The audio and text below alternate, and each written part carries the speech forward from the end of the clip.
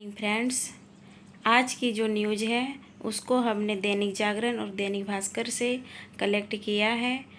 आज की जो न्यूज़ है वो है भारत अगले 5 वर्षों में 52 जासूसी उपग्रह प्रक्षेपित करेगा।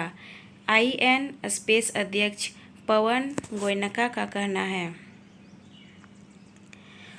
गोयनका ने यहाँ वैश्विक अंतरिक्ष अन्वेषण सम्मेलन 2025 के अवसर पर PTI भाषा से बातचीत में कहा, हमारे पास पहले से ही काफ़ी मजबूत क्षमताएं हैं, बस इसमें निरंतर वृद्धि की ज़रूरत है।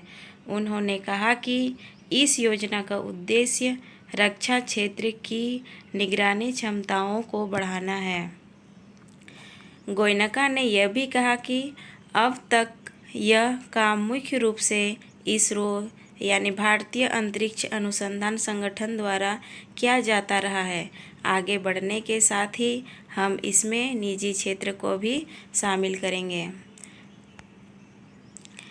भारतीय राष्ट्रीय अंतरिक्ष संवर्धन एवं प्राधिकरण केंद्र IN स्पेस के अध्यक्ष पवन कुमार गोयनका ने बुधवार को कहा कि भारत अंतरिक्ष आधारित निगरानी क्षमताओं को बढ़ाने के लिए अगले 5 वर्षों में 52 उपग्रहों का एक समूह कक्षा में स्थापित करेगा। वाजपेयी ने 2001 में SBS मिशन शुरू किया था। भारत का अंतरिक्ष आधारित निगरानी SBS मिशन 2001 में तत्कालीन प्रधानमंत्री अटल बिहारी वाजपेयी द्वारा शुरू किया गया था। SBS-1 कार्यक्रम के तहत 2001 में 4 उपग्रह लॉन्च किए गए थे। रिसात मुख्य था।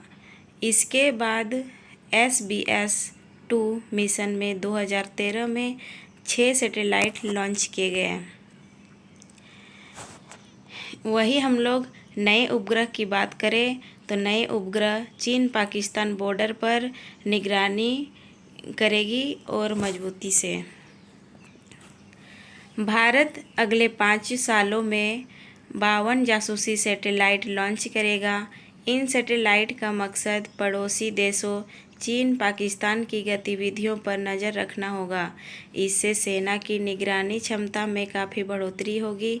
इसरो के सूत्रों से मिली जानकारी के अनुसार प्रधानमंत्री नरेंद्र मोदी की अध्यक्षता वाली सुरक्षा मामलों की कैबिनेट समिति CCS ने हाल ही में space based surveillance SBS program के तीसरे फेज को मंजूरी दे दी है, जिसके तहत ये सैटेलाइट लॉन्च किए जाएंगे।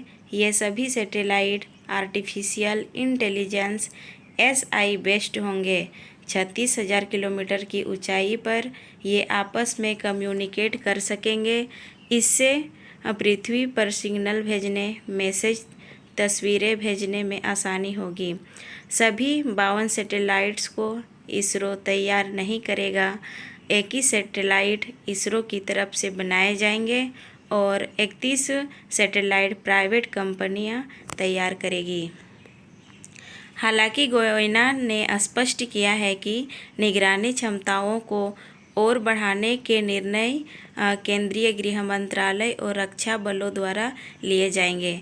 उन्होंने यह भी कहा है कि इसरो लघु उपग्रह प्रक्षेपण यान SSLV प्रौद्योगिकी को निजी क्षेत्र को हस्तांतरित करने की प्रक्रिया में भी है।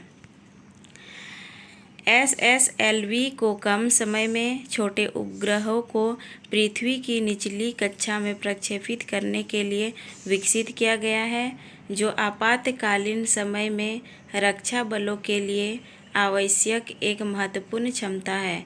वे 10 से 500 किलोग्राम वजन वाले उपग्रहों को 500 किलोमीटर की गोलाकार कक्षा में प्रक्षेपित करने में सक्षम हैं।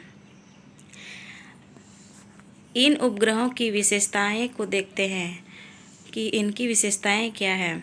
आर्टिफिशियल इंटेलिजेंस AI से लेस। ये उपग्रह AI तकनीक से लेस होंगे जो डेटा विश्लेषण और निगरानी में मदद करेगी। जासूसी क्षमताएं। ये उपग्रह जासूसी क्षमताओं से लैस होंगे जो देश की सुरक्षा के लिए महत्वपूर्ण होगी। निगरानी क्षमता में वृद्धि। इन उपग्रहों के लॉन्च से सेना की निगरानी क्षमता में वृद्धि होगी। वहीं इसकी खर्च की बात करें तो सर्विलांस लॉन्च सैटेलाइट पर 27,000 करोड़ होंगे खर्च। इसी तरह की जानकारी बनाए रखने के लिए हमारे साथ बने रहिए। Thank you.